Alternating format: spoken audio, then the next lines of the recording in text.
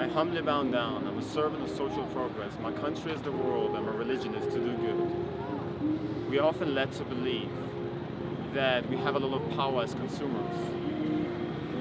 Vote with your money.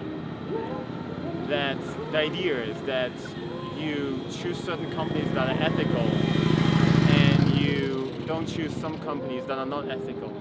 And that will weed out the companies that are less ethical. This is the idea. That you somehow can influence as a consumer, pollution, world poverty, and so on. But I'm here to tell you that this is not the case. It is a way of moving attention away to the individual instead of focusing on the real core problems. For you to be ethical, the basis needs to be there. And what I mean with that, I'll try to give you some examples of that. When you go inside the store, you have a lot of products, and maybe you're choosing a couple that you like. And from there, if you're a very aware consumer, you might choose the one that is green.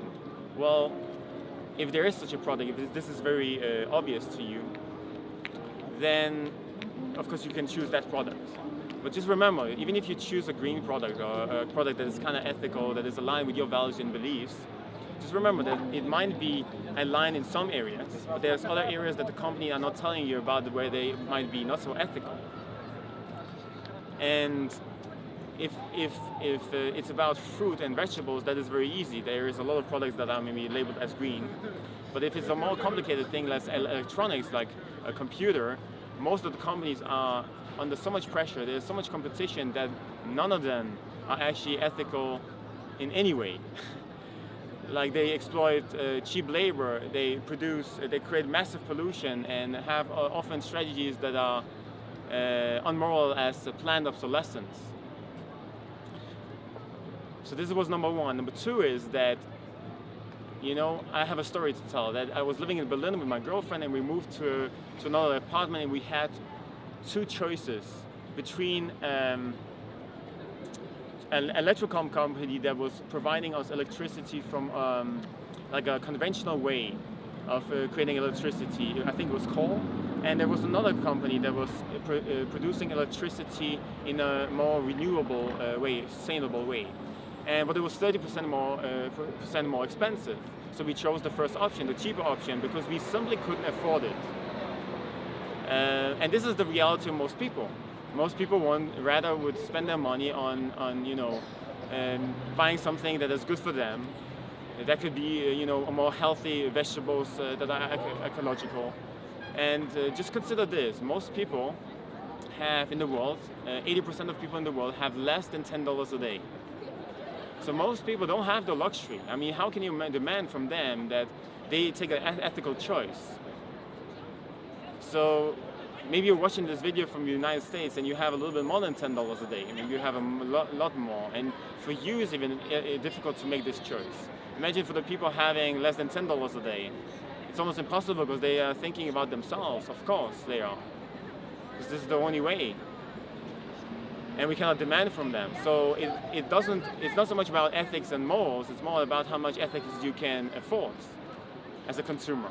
And if you look at companies, we often judge them. If you look at a company that is, let's say, polluting the water or the air, we typically judge this company because some people are getting sick. Well, we're often forgetting the larger structure, the larger pressures that might be occurring on that company from the structure. If a company had the opportunity to, for example, increase their profits by adapting a technology that at the same time might be hurting the environment by creating more pollution, creating water and air pollution, they will typically do that. Why? Because profit is very important for the company. Because profit determines how well the company is competing in the short term and how likely the company is to survive in the long term. So again, it doesn't come down to ethics and morals, it comes down to structuralism and how we design society, how we technically design society. In the same way you can say that if a company had an opportunity to adapt the technology that would reduce their waste and pollution, but at the same time increase costs, they would probably not do that. Again, for the same reason, they just want to survive, and that will make them more vulnerable compared to the other companies that are willing to compromise with that. So if you take Apple as an example, well, they are seen as a very progressive company, innovative. They create great products, have interesting people that are creating really cool, innovative things. But at the same time, don't forget, Apple is bound by the same structure, by the same mechanisms and limitations. They operate inside this framework, and profit is very important for them. So this is reflected that they are kind of cutting corners in their production, and they vastly add to pollution. And at the same time, they are contributing to the exploitation of cheap labor. And it's not because Apple is evil. It's because they are bound by the same structure. It's not because their leaders are evil. No, it's just because they prioritize profits as the most important factor for the survival and for the well-being of this company. You can see the company as an organism, just trying to survive. If there's one thing you should take away from this video, it is that it's less about morals and ethics, and it's more about the structure and how we design society and how we technically design society. And it's not because I'm saying that is bad that I'm not discouraging from you buying products that are ethical from companies that are ethical. That is great, and if you have examples of companies that are ethical, it would be great to know about them, and you can share this knowledge with others down in the comment below. But what I'm saying is it's not a good solution in the long run. It is actually not a solution at all. It is more a patch. But what is good about it, what is good about taking the right choice and showing others that you are aware of it, is that you are telling a story to the outside world. A story that is that, this is, that you are aware of, that there are a lot of things happening in the world, and that makes other people question their values and beliefs. And they might be, evaluating, again, the values and the beliefs. So it has an influence. So don't stop doing that. I'm not discouraging you from doing that.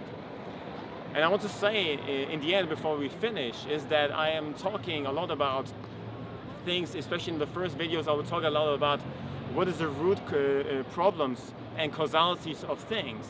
Why is that important? Before we can find a solution for things, we need to understand more the root problems. So the next videos will be a lot about root problems and causalities before we come to the solutions, some of the solutions that are out there. That is it. If you liked what you see and what you hear, then please subscribe. And I will see you next week. And have a great week. Bye-bye.